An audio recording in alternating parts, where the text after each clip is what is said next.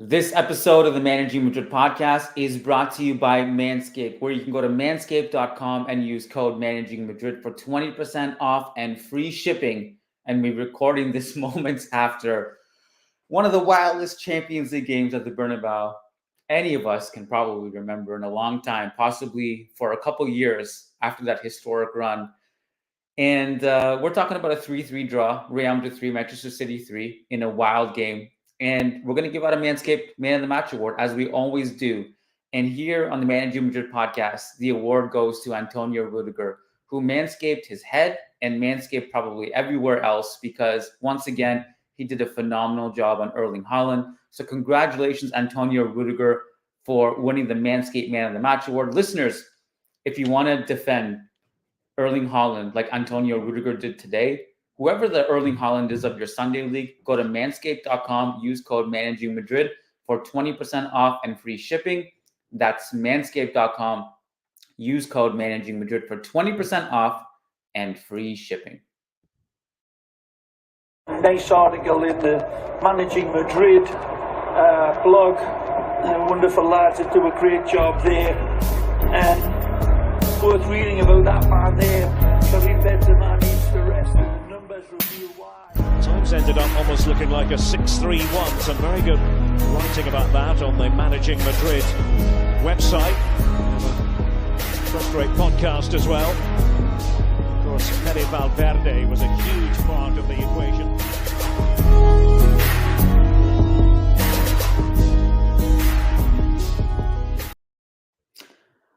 All right. It is currently just after 11 p.m. CET, 5 p.m. EST. I am Kiyan Sobhani. I'm joined by Siddharth Ramsundar. Sid and I have just basically been in a virtual living room for the past month, just talking to each other about Manchester City. We recorded a pregame from the Bernabeu with Lucas. Lucas is heading down to the press conference now. Sid and I are back in the living room, and we're talking about Manchester City again. Sid and I mean, this is kind of special. Sid, I feel like you and I have been through a lot together. I feel like this has been a good bonding things for us. It's kind of like, it's been like this never-ending hike and hanging out with each other, kind of understanding this opponent as best we can. And now we're in a situation where we're talking about them again, and we've theorized so much. How is this game going to go? Are we going to press them? Are we going to go into a low block? Can we be an efficient counter-attacking team? Can we actually have a cohesive press? And now we're here. We've seen it. We've seen 90 minutes of this battle, which after all this, Sid, we're back to square one. It's really virtually 0-0 heading to the Etihad, and nothing has changed apart from just an entertaining game. And now we don't have Toni for the second leg. So I think you might be on the same page. It's like we liked the performance, stretches of it at least, and disappointed that it's a draw and nothing more. How do you feel? I think it's just weird to be on the other side of this thing where you play well but you don't get the result, because we did that a few times a couple years ago, or where we didn't play well for 90, we played well for 10, 15, 20, 25 minutes and we'd get away with it. And that's what City did to us today. I'm just in awe at the fact that tactically, I think we got it right tactically. The optimism was, we saw there was a basis for it. We played pretty well. Go look at the XG. The story of this game for me is that it's 3-3, but we won the XG 1.4 something to 0.6. And that first goal, I mean, I couldn't believe it. And then I couldn't believe the response either. And then I couldn't believe that we should have been up 4 or 5-1. Around the hour mark or 50th minute, I just couldn't believe how much we'd created. I'd say the offense looked almost too good. And I guess looking at the XG, maybe 2 goals was fair after all. Maybe we're being harsh on some of our attackers for not finishing some of those chances in between. And then City, I mean, the Foden shot they scored to make it 2-2. I'm not that angry. I'm like, okay, that was perfect. But if you go watch, I think Rudiger almost closed him out for that too. And then Guardiola just goes with his weak foot. I know he doesn't really have a weak foot technically, but oh my God, man. That's why I guess we wanted to sign him. And I'm so used to us being the ones like the El Clasico where Jude hits that goal from 40 yards out. and then we get the dumb bounce for the winner. It's like that same thing happened back to us. So that's the most disappointing part. But I mean, the performance was good if you look at it. Like those were like 0.05 XG chances. Like those weren't some tap-ins.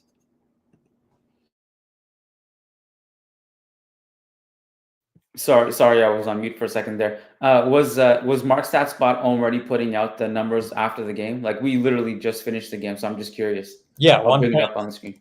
It was 1.4 something to 0.6. They had it up. Okay. Yeah. So I mean, I'm really curious to see. You know what? Like this podcast is gonna be all over the place, bro. Like I'm just thinking. I have so many scattered thoughts in my brain right now about how that went. But since we're on the topic now, I'm just going to share my screen so the listeners can all see the Mark Stats bot. This is our favorite Twitter account. It's the only good bot that exists on that damn app. So we're going to bring it here. So XG 1.46 compared to City's 0.64. I don't know why. I felt that's kind of like surprisingly low to me. But now that you reflect on it, the Guardiola and Foden chances were actually like just complete freak goals. They were absolutely brilliant, unstoppable strikes, respectively, from outside the box.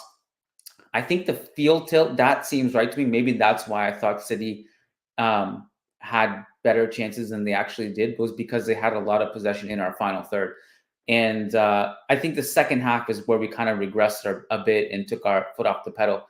I do want to say, like, I don't know if it's necessarily easy to sustain our aggressive approach to City for 90 minutes, even at the Bernabeu, because it's tough. Like Liverpool did it because they're Liverpool. It's baked into their DNA. I thought we did it for large stretches. And what's really interesting to me, you know, you look at a player like Rodri, for example, so brilliant. You and I have talked about Rodri so much. So many people have. This is nothing new. It's not groundbreaking. It's so interesting that a player like him, who's so brilliant, just the moment he was pressed 3 times this game, he nearly gifted us a goal. And it just goes to show you, like, this is a team that does not get pressed that much. When they do, they cough up possession. And that's why I was kind of an advocate for this. Like, let's go at them. We got the best, arguably the best attack in the world, if not one of the best, with Jude, Vinny, and Rodrigo. We have the best two-way midfielders. Like, they're all stacked on one team. The midfielders today were, by the way, brilliant.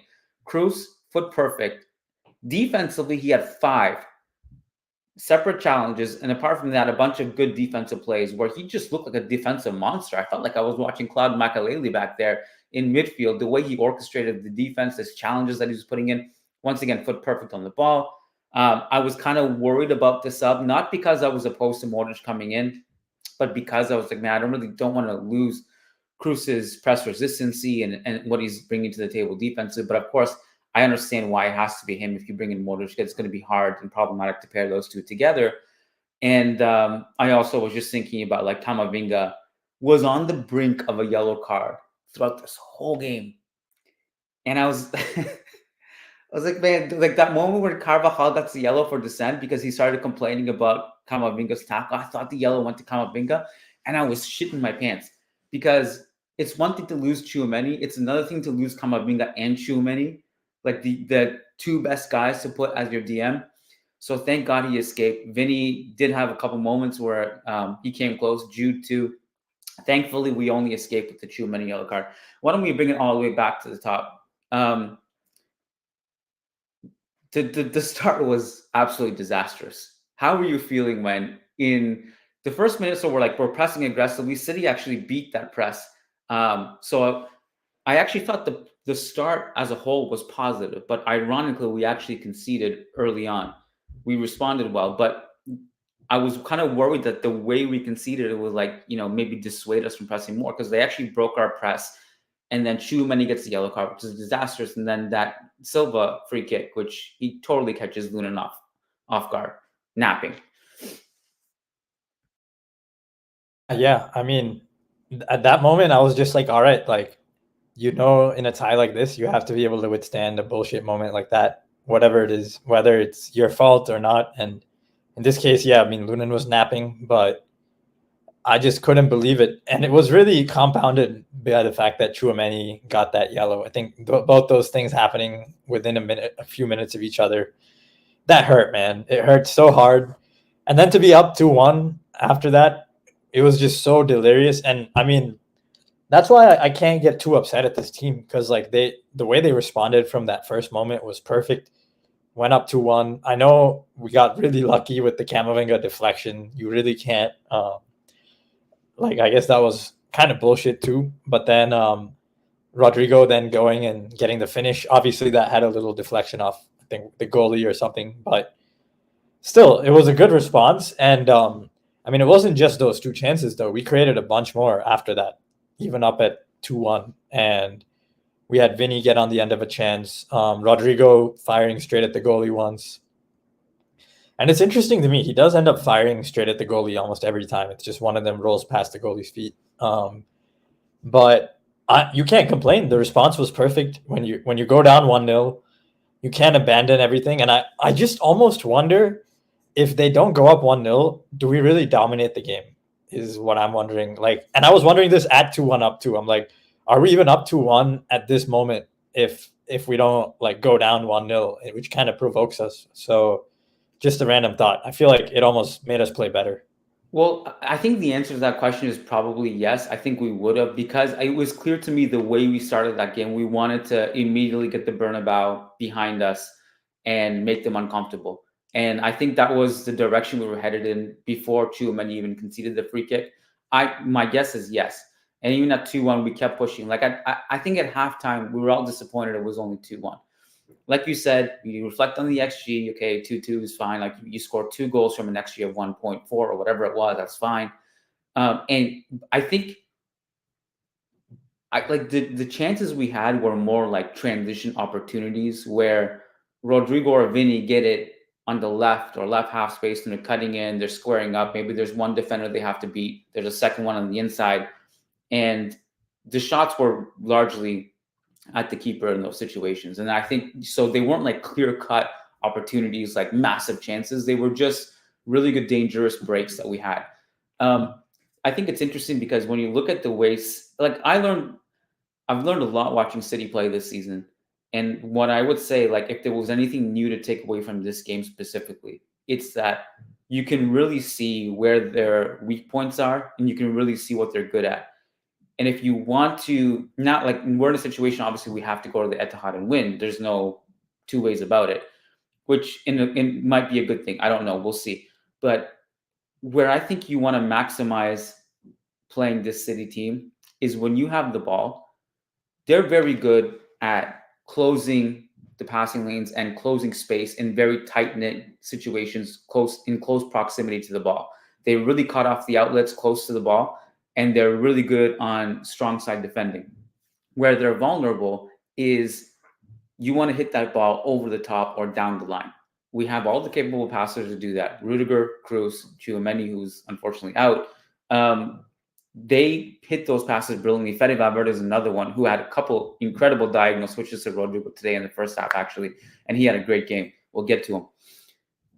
But I'm even thinking back to you remember that moment? I think it was, took note of when it was. I have to go back and watch pretty much 90% of this game now that I think about it. But when in the first half, I have so many notes, it would be hard to even find where it was.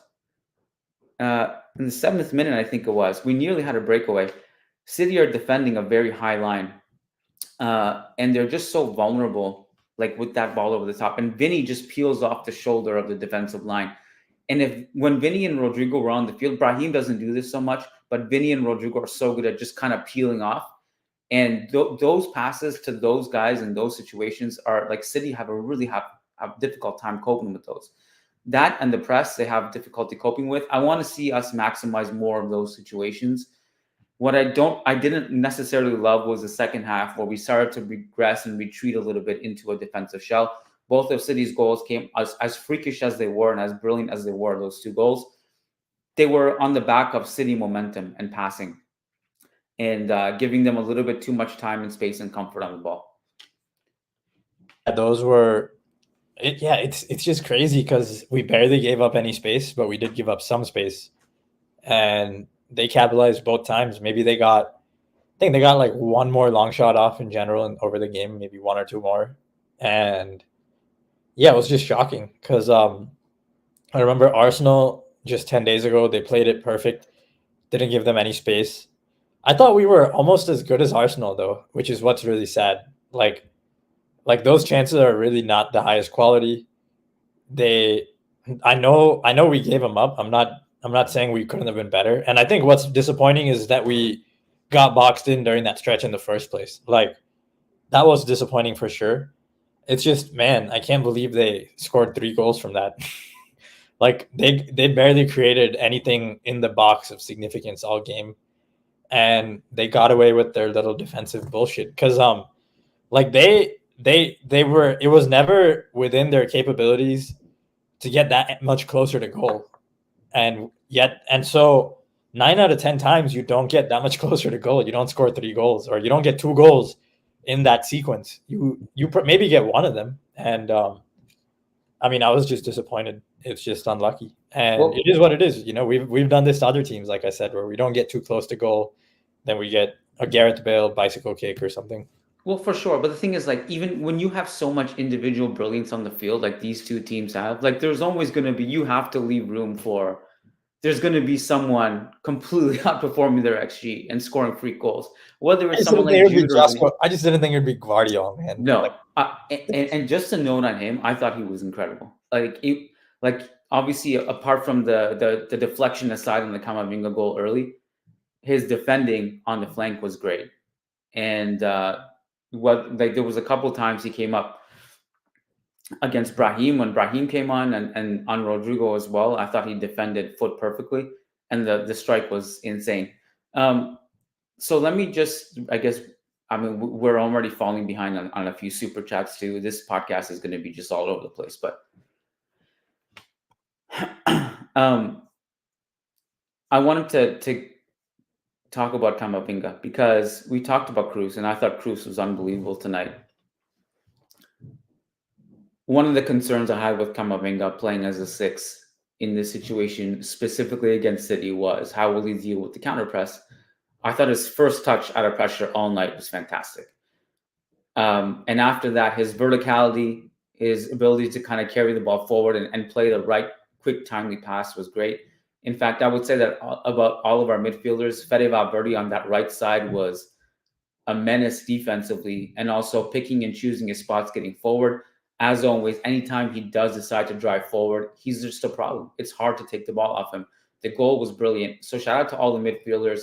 That leaves Jude out of all the midfielders to talk about, I suppose. I thought he had a really good first half. And was a little bit worried he'd pick up that yellow card with the way things were going, but he escaped it. But I don't think it was necessarily his best game, but I do think that he did a lot of things in that game, specifically in the first half, that were important.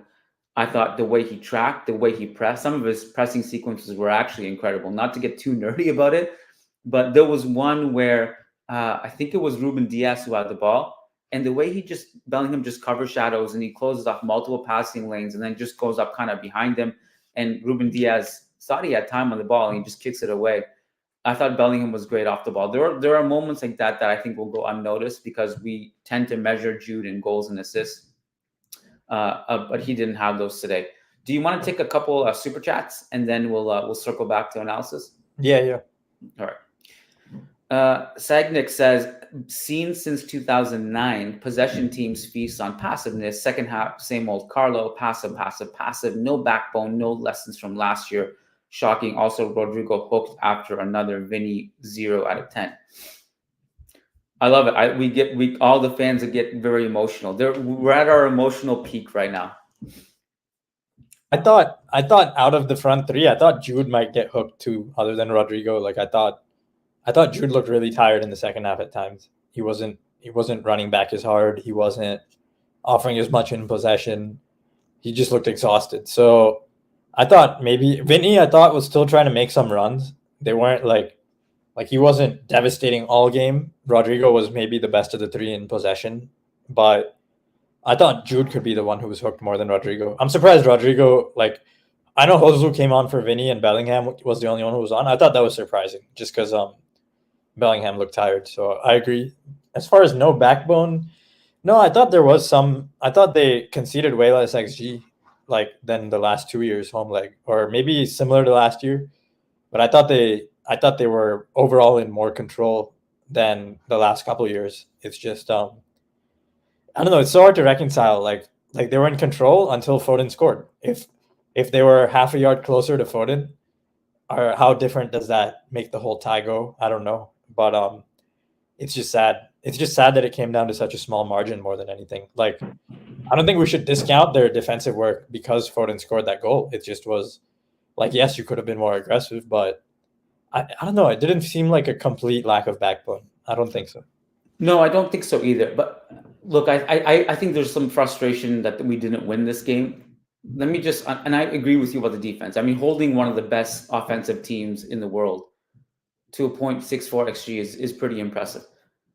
But I just want to unpack this one kind of sentence by sentence. So the possession teams feast on passiveness. I actually agree with this in principle. I think this is true. And I think this is something that a lot of teams fall into. This trap against City is that when you have to go into this mode where you're chasing shadows while the other team passes it around comfortably, you lose momentum, they gain momentum. I've had so many monologues about this. I don't think that's necessarily what happened today. I think what happened in the second half specifically, because I assume this is, so second half, same old Carlo. I think what happened in the second half is we decided for large stretches of that second half to go into a lower block instead of pressing. That's not really passiveness. That's kind of more a decision to focus more on transition football as the game wears on, as City start to chase it a little bit because they're losing at that point. You saw that it kind of immediately flipped when we conceded the second and third goals. We started to up the pressure again. So I do kind of agree with this. I just want to point out it's probably more difficult than you think to sustain being really aggressive against this team for 90 minutes. It's not easy. That's why I'd also advocated for early subs as soon as this happens. And that brings us into the subs. Rodrigo hooked after another Vinny 0 out of 10. I thought Rodrigo had the better game. I thought when the ball went to him, he looked more dangerous to me. But I do think it's important to note a couple of things here. Ancelotti's subs aren't always based on merit. It's what he believes will give the team the most success to win the game at the end. And in Vinny's particular case, Vinny's the type of player that even if he's not playing well, he's the type of player you want on the field because he's a superstar, he's a game changer, he can turn the game on its head, and he's a moments player. He doesn't have to have a great game 1 to 90 to do damage. And we saw that. Like, I don't think this was Vinny's best game. Anyone with two eyes can admit to that. He also had 2 assists. The through ball to Rodrigo on the second goal was brilliant. And the left-footed pass to Fede was also brilliant. So Vinny is in there because he's a moments player and a superstar, not because he's having a good game or a bad game. That's a justification that Carlo will give. And Carlo's actually probably speaking now. We probably already had Pep speak. And I'll have to go to the Managing Madrid Twitter account to see what everyone's saying. Lucas is in attendance, obviously. We'll see. The double sub he made when he brought on Modric and Brahim for Kroos and Rodrigo. Again, I thought that was a situation where Kroos and Rodrigo were 2 of our better players, but I like the idea of Brahim and Modric coming on this game. So the thing is, you have to take somebody out if you're bringing those 2 players on. That's how it works, right? I'll bring in one more super chat, and we won't go through all of them right now. And I'll also bring in some of the quotes. Sheikh Hatiri says, in the 4 Carlo Pep matchup, City scored 3 distance shots, 2 more today, not counting the free kick. The midfield remains a problem. We sit back with a poor press. Any thoughts on this one, Sid? Yeah, I mean, 2 more today, not counting the free kick. Yeah, I guess the free kick is a third one, which is pretty crazy. They've scored 3 long distance shots. One of them was the De Bruyne one last year. Yeah, I mean, they have. City are well drilled at breaking down a block, no doubt. I don't think our midfield was as much of a problem today overall. I thought they did a good job outside that 15-20 minute period in the second half. And I knew it was coming at some stage. I just figured we'd get away with it, which we didn't. I think even in the second leg, we might have 15-20 minutes where we don't get on the ball. We also had a 15-20 minute stage when we beat them 2 years ago at the home when Rodrigo scored. Before the goals, we had a spell when we didn't really get on the ball. So I think it's just important not to give up too many quality chances when you don't. And we didn't today, unfortunately. Just Foden railed it into the top corner, and then Guardiola hit it with his weak foot into the corner. We definitely have to be careful. Like we definitely should close them out better. And this is where I wonder if Tchouaméni at holding midfield might have made a small difference. I don't know. Just for those chances, as you cover that ground a little better. Felt like all three of our midfielders took turns sharing the qualities and responsibilities of a holding midfielder. So maybe Tchouaméni at holding. I mean, he's not even playing anymore, so we won't know. But yeah, I mean, I just don't want to discount what we did most of the game for those 5 minutes. I think our intent was bad, but I don't think our press was poor the whole game. I thought we did a good job overall. So can I just I want to touch on this point again, going back to the idea of the first super chat we had about no lessons from last year, passive in the second half. So I think the post game quotes are telling. In they give an explanation for this. You want to believe it or you want to throw it aside? That's up to you. Fede Valverde after the game said it was very tiring playing against City's possession. Carlo Ancelotti said our best moments in the game were when we pressed them, and our worst moments came when our energy levels dropped and we let City pass the ball. It's not like they're not aware of these issues, guys. What they're essentially saying is it's really hard to sustain this against this team. That's all. So you have to factor that in. This is an advocate for also using your subs. And mind you, maybe these quotes don't come off as well when you've had 9 days rest, to be fair. But that's just as the explanation we give, or they give. All right, back to Super Chats. Nishlish Patel says, silver lining, the Jude, Vinny, Camavinga, they stay on for the second leg. Jude seemed slow and safe, maybe because he was trying to avoid the yellow too much. Saw him tuck his arms back on some runs unnecessarily. Any thoughts on this one? I, for one, do not think for a second that Jude was trying to avoid the yellow. He was really going at it. Some of those challenges, sometimes you'll see players being cautious to avoid the yellow. I didn't see that from any of our players today, just to point it out. Yeah, I'm not sure if he was cautious. I didn't notice the tucking his arms back, but maybe that happened a couple times to avoid the yellow. I thought Jude got dangerously close to a yellow, actually, just that one occasion. I think he was pushing Rodri or shouting at Rodri, or someone got upset with the ref. But yeah, I mean, all three of them staying on for the second leg is big. I mean, no Tchouaméni is going to suck because it means we either have to play Militao or Nacho, neither of which may be ready for the game. So that's the only downside. But yeah, I mean, we get all three of our guys for the second leg. The other silver lining is it's 0-0 going to the second leg. And we played them pretty well, better than last year, in my opinion, in the same leg, 1-1. I thought we played better than 1-1 last year. Overall, I thought we were. It kind of was a similar pattern in the sense that last year in the first leg, we had one good half and one not so good half. By the way, just for the Militao, Militao, unfortunately, we only have one game between now and the second leg. It's just Mallorca. If we had 2 or 3 games, then you could talk yourself more into Militao hitting stride and getting match fitness. But regardless, I'd be kind of surprised at this point if he didn't play the second leg. I assume he'll play against Mallorca. We'll see. All right, we're going to keep up with the super chats here. Maybe we'll take 2 more and then go back to the game. Second City's Saint. We should have took this one before. Bellingham, disaster class today by him. I didn't see it that way. I don't think it was his best performance, but like I said, I think he did a lot of good things. And I think the second half was kind of poor from him. The first half was better. Second half, I think a lot of players dipped.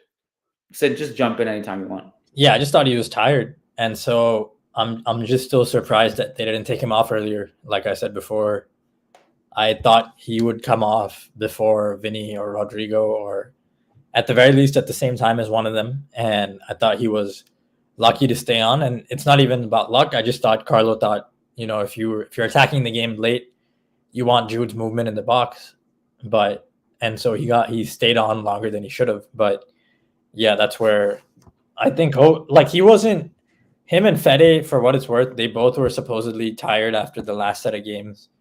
And, I was hoping with all this time off, they could play a good 90, but I guess not. Maybe we got hit by that thing where, they needed the game fitness to be able to play a crazy 90 today. And maybe that bodes well for next week. Maybe they're a little fitter next week. Keeping up with these super chats, we're going to go to Willard, who just tossed us a couple bucks. Thank you so much, Willard. Suvadeep Sinha says, this is me putting the Sid mask on, but I feel we defy history next week and win at the Etihad for the first time. Maybe it goes to penalties, but we win. Well, I'm to be honest, I'm completely shocked. I'm not subscribing to this narrative that we're just getting cooked in the second leg. I've seen so many Real Madrid fans just hanging their heads after this game. Dude, these are the two best teams in the world. I think they showed that today. And I'm still feeling good about it. I'm feeling good about it. I didn't subscribe. I would have liked to have gone to the Etihad with the advantage, but I think we're still right in it. I'm not writing us off at all. 0-0. Most 3-3s, I would have been a little less optimistic too. But the way this 3-3 played out, I think we still have a chance in the second leg. If it was 3-3, but if it was 2 XG for us and 1.6, 1.7 for them, I think I'd be less optimistic just because a more end-to-end game at the Etihad would be bad. But this was the best case scenario for a 3-3 as far as the underlying performance. Or not the best. We could have created a little more, but you don't see too many 3-3s with this XG difference. So I agree. I think we can win. But I thought at 3-3 before the first leg that I would have been completely out of it. But I'm surprised that I feel as optimistic as I do after a 3-3. It's if you look at the numbers between the first half and the second half, we had way more attempts than them in the first half. In the second half, it flipped. So the question is, how can you maximize and sustain the pressing and the aggressiveness at the Etihad? Because that's going to be more difficult, right? And really, it's all about we really needed to maximize our transition attacks more than we did. And I don't think we did. Even though scoring 3 goals from an XG of 1.4, whatever, is great, we need to maximize that a little bit more. But I'm still feeling okay about it, to be quite honest. Suvadeep also says, I will be there at the Etihad next week representing Peña Madridistas de Calcutta. See you, Kiyan, at the Etihad next week. Beautiful. I love that, man. Come say hi. The press row at the Etihad is low enough. At the Bernabeu, we're completely separated. There's no way we can even see each other or access the press row. But at that Etihad, it's a little bit lower. So if you see me, just say hi. Or if you see me outside the stadium before the game, please come say hi. Willard says, Vinny had 2 assists. 0 out of 10 is a very wild take. Carvajal was a monster today.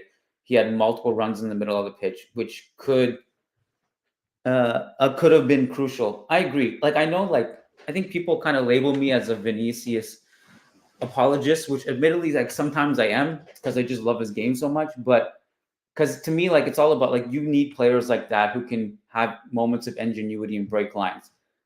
0 out of 10 is insane for a guy who had 2 assists. But I do think there were moments where he made the wrong pass. He was a little bit lax with his dribbling. Again, we talked about this a little bit before, but with Vinicius, you just need to let him express himself, let him cook, and maximize the amount of transition opportunities you can get from him. And very important, also, you need a lot of moving parts around him. So I like the wrinkle of Rodrigo on the left side today because that creates a lot more space for him, just dragging players around. We didn't really talk about that part of it, did we? Rodrigo playing on the left today, basically, that premonition was true from the Spanish press. We did see Rodrigo on the left with Vinny and Jude a little more central. Did you have any thoughts on that? I thought that was it was effective, especially in the first half. Rodrigo ended up being high and wide for the goal where he got past Akanji. Thought that was good. just man, we really had them for a period. I'm disappointed we didn't capitalize further, but we had them. They didn't know what to do with people just dropping, like Vinny dropping so deep. Like, yeah, that was a front two, but that was with Vinny peeling off all the way and Rodrigo running on the left. So I like that, and that's why I think we have a chance in the second leg too, because all our guys are just capable of dominating from so many unique starting positions. So there's always a different way to like kind of flip the chessboard, so to speak, where you can reposition the pieces, attack a different way. I thought just on the super chat, Carvajal was very good today. He made a lot of good runs. He was pretty solid against Grealish too, so it was nice to see. Carvajal was fantastic. That was a huge matchup for me. Was Carvajal versus Grealish? One-on-one defending on Grealish was fantastic. Also, like, just great leadership. Defensively, I really have no complaints from us today. Rudiger and Tchouaméni, they collectively locked down. Excuse me. This is a lingering effect from the screaming from after Rodrigo's goal. There's a part of me like, thank God that, because the first 15 minutes were so crazy that I was like, man, if it continues like this, like basically a basketball game where they just trade transition attacks, I don't know if I can survive. I think we'd all be deceased at this point. I was getting ready to get a defibrillator out, but it calmed down a little bit after that. But yeah, defensively, I have no issue with the way we played today. And I think that's part of the point that people miss a little bit. And I don't know what necessarily people are saying. Like, we're logging on after this and we're looking at super chats. So I don't really know what people are saying, but just these couple super chats with Vinny 0 out of 10 and all this stuff. Like, something that I think got missed is that we were really good defensively and we locked down a City team who's had to score three free goals. One was the free kick, and then the 2 shots from outside the box. I thought defensively, you do what you can. Some of this stuff is out of your control. Where I think you want to prevent City from scoring is actually, like, if you want to prevent the Guardiola and Foden shots, which were brilliant, you really want to stop them before they hit the halfway line. That's the best way. Where I think they went wrong on those defensive sequences were just letting City have a little bit too much comfort on the ball, and that came, according to the explanations after the game, down to energy levels. Okay, hold on. That one we already took. There's so many. Like, thank you for all the super chats, and bear with us as we stumble our way through them. Yeah, I agree with Carvajal completely. I thought he was fantastic. Nabil Kabir says, when do we start being unpredictable in our attack or the way we approach games? Our squad and how we play in the final third is very one-dimensional. I don't think it's that one-dimensional. I think it's pretty good. We were playing one of the 2 best defensive teams in the world. I feel like our attack's been pretty good this year. Especially with Benzema gone, we interchange more positions. We have Jude, Vinny, Rodrigo exchanging positions, Brahim coming on, playing in different roles, either through the middle or on the right. So I think it's good. I just think sometimes the way they finish chances is not ideal because we don't have a striker. It's as simple as that. I think that's my only complaint with this team. Like, part of me was wondering if we have Harry Kane, is the result a little different today? Do we get as many chances? Do we capitalize as much? Does Jude play in the midfield deeper and with Kane starting up? I don't know. But just the lack of a striker is what makes it sometimes the finishing off. I don't think the actual build-up play is that bad, though.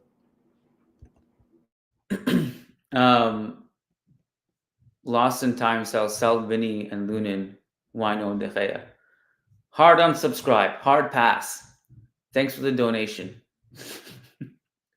Nishlish Patel says, the copium in the chat is bordering on Kool-Aid behavior. We are better than this. Real Madrid is better than this. We are hunters, fighters, and winners. Whatever happens in the next leg, need to keep our chin ups. Well, thank God, like, I'm not looking at the chat. I'm very thankful for StreamYard that it only shows me the super chats. And I just see that there is 200 comments in the live section. But guys, it is an emotional time. But let's wait until the second leg before we go too crazy. Ural Desal, a member on YouTube, says, I think subs, mainly Brahim, will be a bigger factor at Etihad than today. So one of the things when I'm looking at the 2 benches of the 2 respective teams, Sid, I thought that's one and this has been a theme for us in the past in the Champions League, including against City 2 years ago, especially, right? We hurt them so much with our subs. Now, since then, two of those integral bench players from the bench mob, Camavinga and Rodrigo, have now graduated to a starting role. So our bench takes a hit on that sense. But Modric is coming off the bench now. Brahim has been added. Ceballos did not get a lick today. Arda Güler did not get a lick today. City only made one sub, and that was Julian Alvarez. Kevin De Bruyne did not make an appearance. De Bruyne had the health issue. Jeremy Doku did not make an appearance. Other than that, like Rico Lewis is another one. Other than that, when you look at their bench, it's not deep, Sid. Is it like there wasn't? I don't know. Like maybe that changes next leg when Walker and Ake come back. But I think it's a good point about the bench when you compare us and them, especially today. Yeah, if they don't have a Gundogan replacement, so therefore, like Kovacic is a deeper player.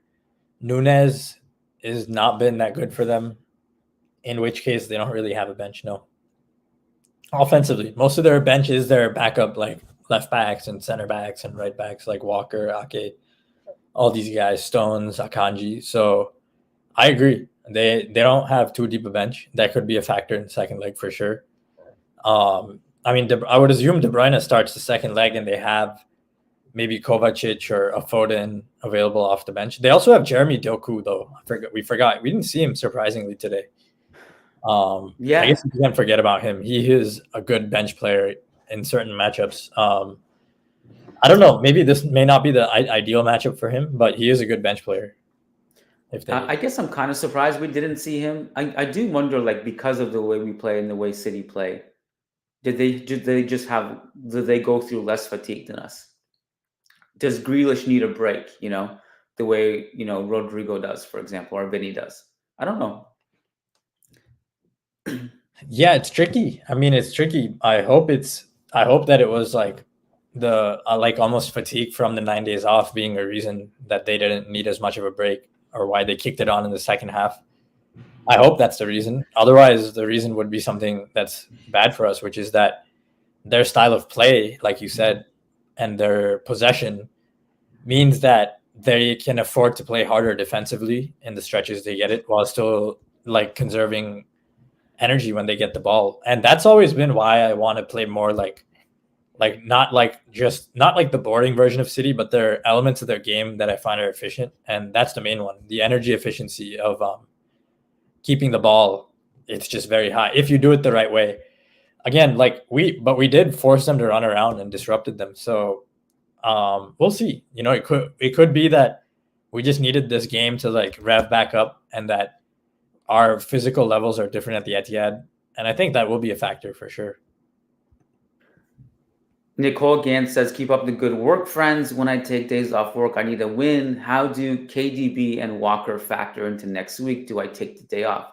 Well, you want to take the day off, Nicole, because either we win and you have the best day off ever, or you lose and we are sad together. You got to join in the sadness. So take the day off regardless. Interesting question, though, about how KDB and Kyle Walker factor in next week. Is it pretty straightforward? Like when KDB was out, like I was thankful in some sense because it's KD freaking B.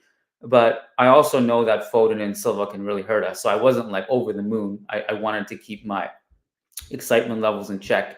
Walker, I think, is huge for them. Huge. But what are your thoughts on that? Yeah, I mean, they're both big. Walker, we saw Akanji struggle at points today, but he held his own, but he also struggled at points. Walker, not crazy on the ball, but very good defending.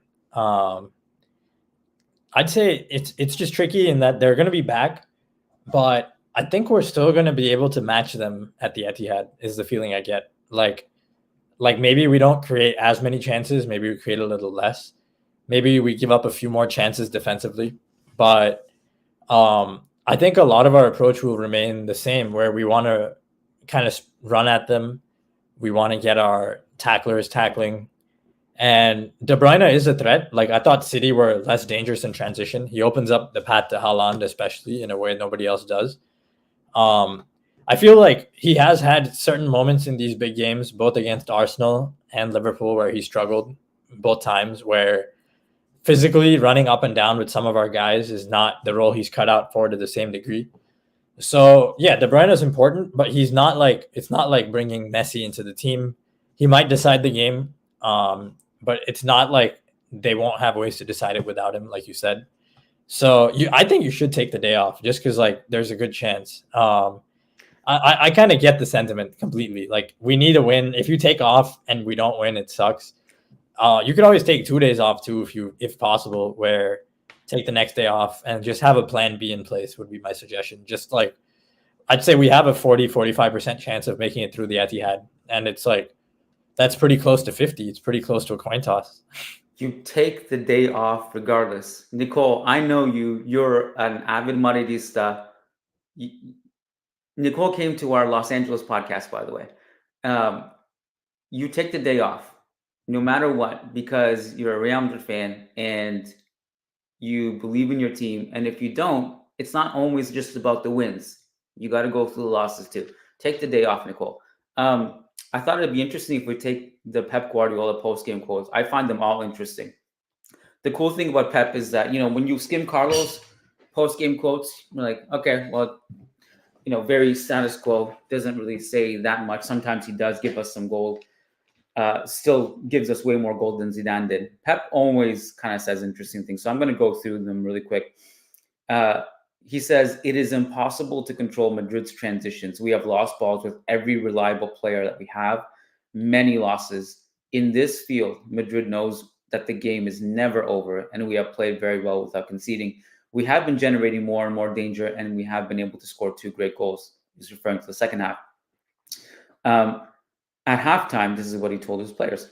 Be much quieter. The attack was too unorganized. Be quieter. You have to bring it outside, turn them, bring it outside, turn them, wait for Foden and Guardiola to appear. It's so funny because you can literally picture him saying this, like, back, turn it quieter, like, turn it this way. Don't go too gung-ho, like circulate the ball. And that's what they did in the second half. I think that was part of their strategy to minimize the damage.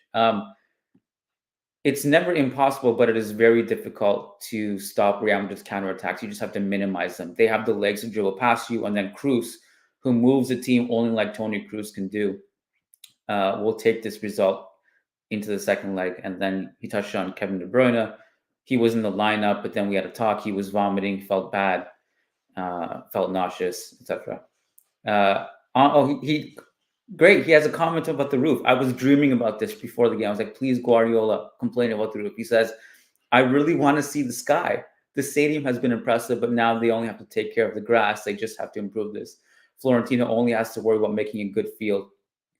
He's not wrong on this, by the way. As we said, the cessped has been absolutely brutal at the Bernabeu. Any thoughts on the Guardiola quotes? No, I think he had one more too. My players told me the pitch isn't good. Don't take it the wrong way. The new stadium's amazing. But I remember Madrid's pitch is a beautiful carpet, and today that wasn't the case. They'll fix it, I'm sure. And then he said that was funny. Yeah, I mean, no, not too many other quotes. I mean, there might have been a couple more quotes, but yeah, he said the grass needs to be better a couple of different times. He's not wrong. I think everyone at Real Madrid even knows that that's true. Okay, this is the point where I'm gonna skim my notes. You want to skim your notes, see what you left out. We didn't really do a breakdown of each of the goals, I don't think. The 1-0 early on in the second minute, our press breaks down, a horrific scene where Tchouaméni gets a yellow card. We had a one-man wall. Bernardo Silva plays a decoy, kind of like squaring it up as if he's going to cross into the box, and then catches Lunin off his line at the near post. The 1-1, Camavinga drops his shoulder past Grealish, cuts inside, shoots it, Guardiola deflection into the net. 2-1, just 2 minutes later, Rodrigo receives this beautiful pass through ball from Vinny and scores. And then the 2-2, we talked about the 2-2 and the 2-3. And then the third goal, Vinny looks up, hits Fede with the left foot. Fede strikes it with his right foot. It's a brilliant finish. So those are the goals.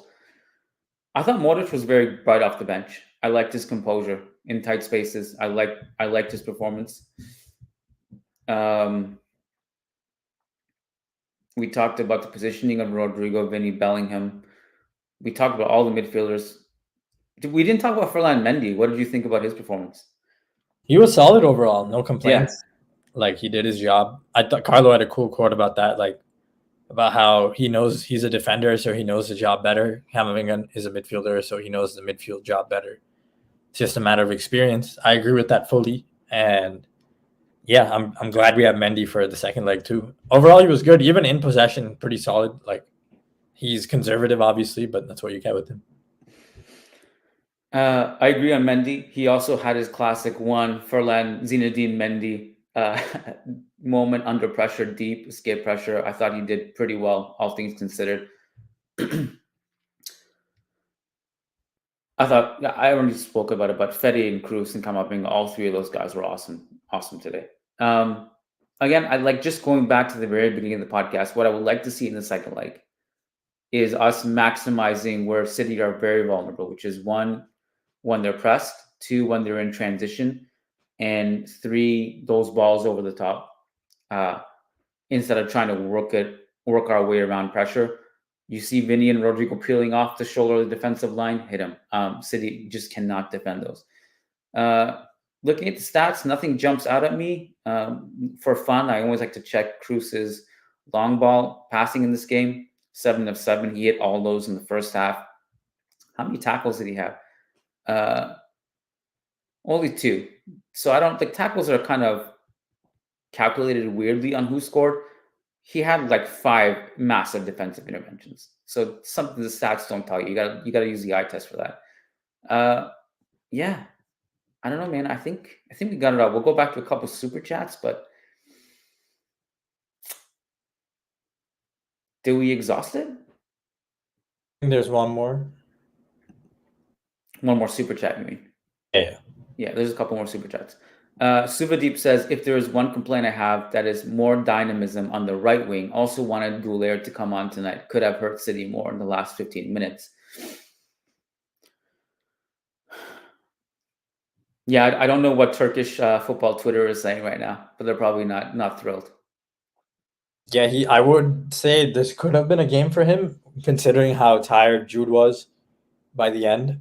Definitely could have brought him on, had Brahim playing in Jude's role.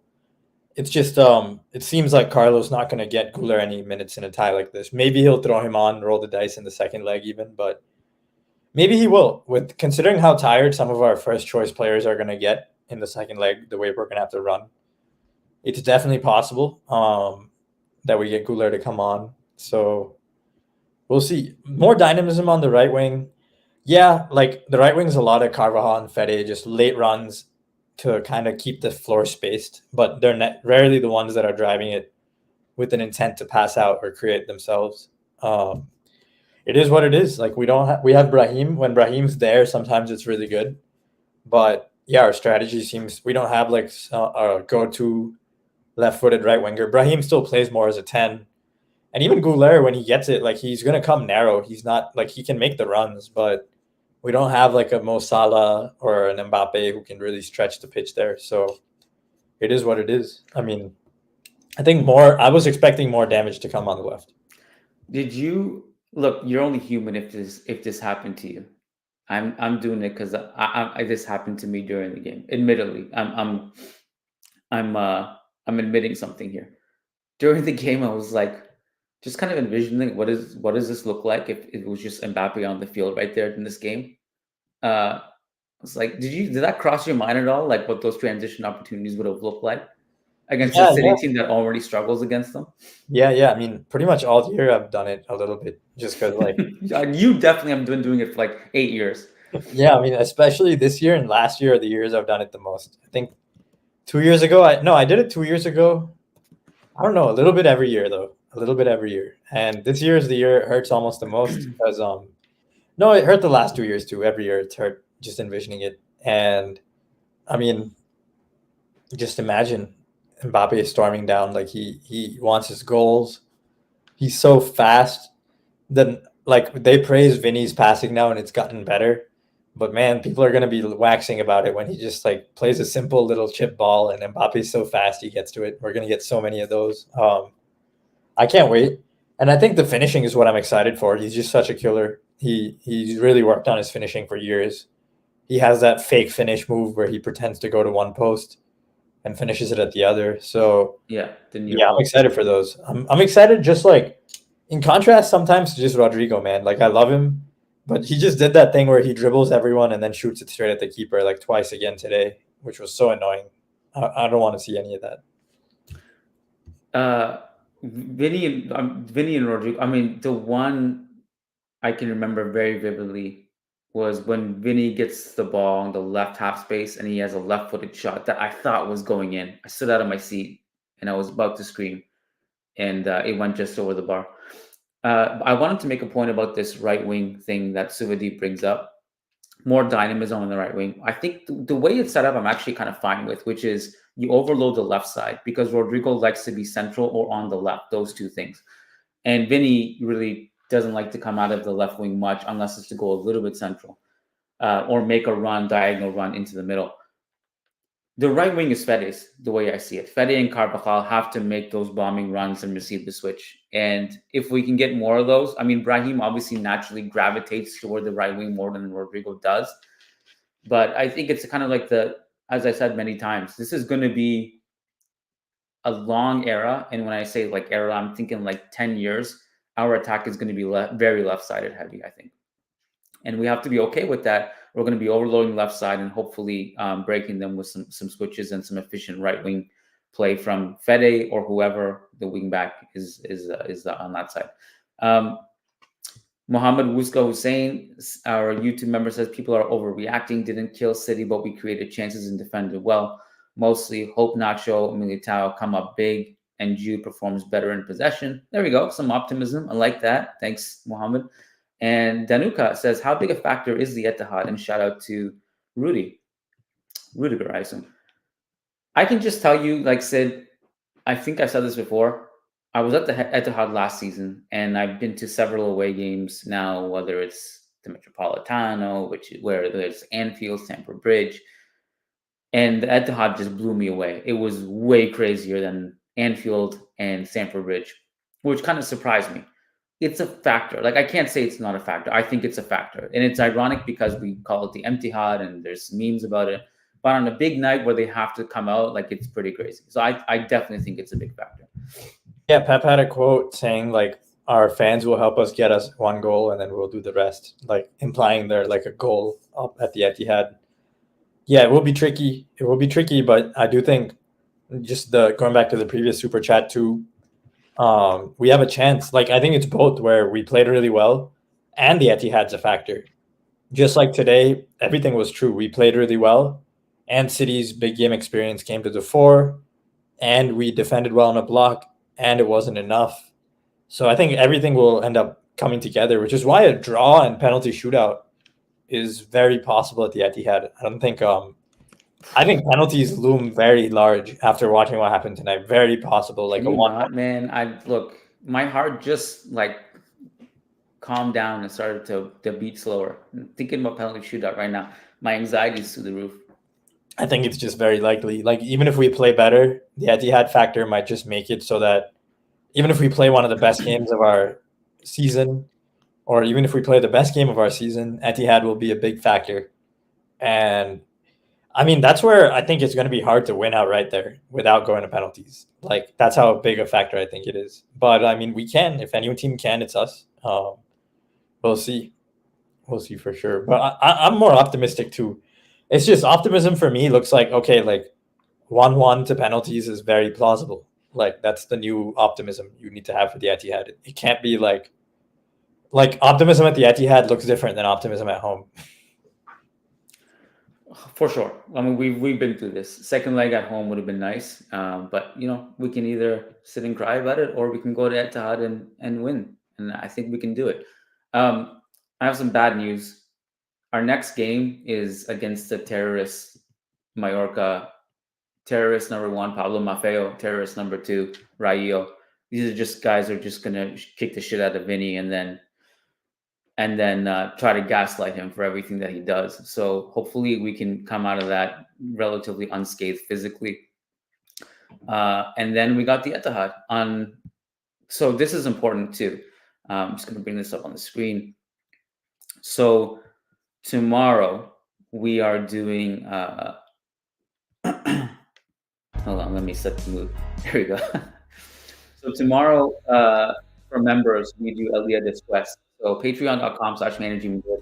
Or if you're not on Patreon because you prefer YouTube or just doesn't work really well in your country, you can go and hit the join on YouTube memberships. It's just right underneath this video that you're watching on YouTube.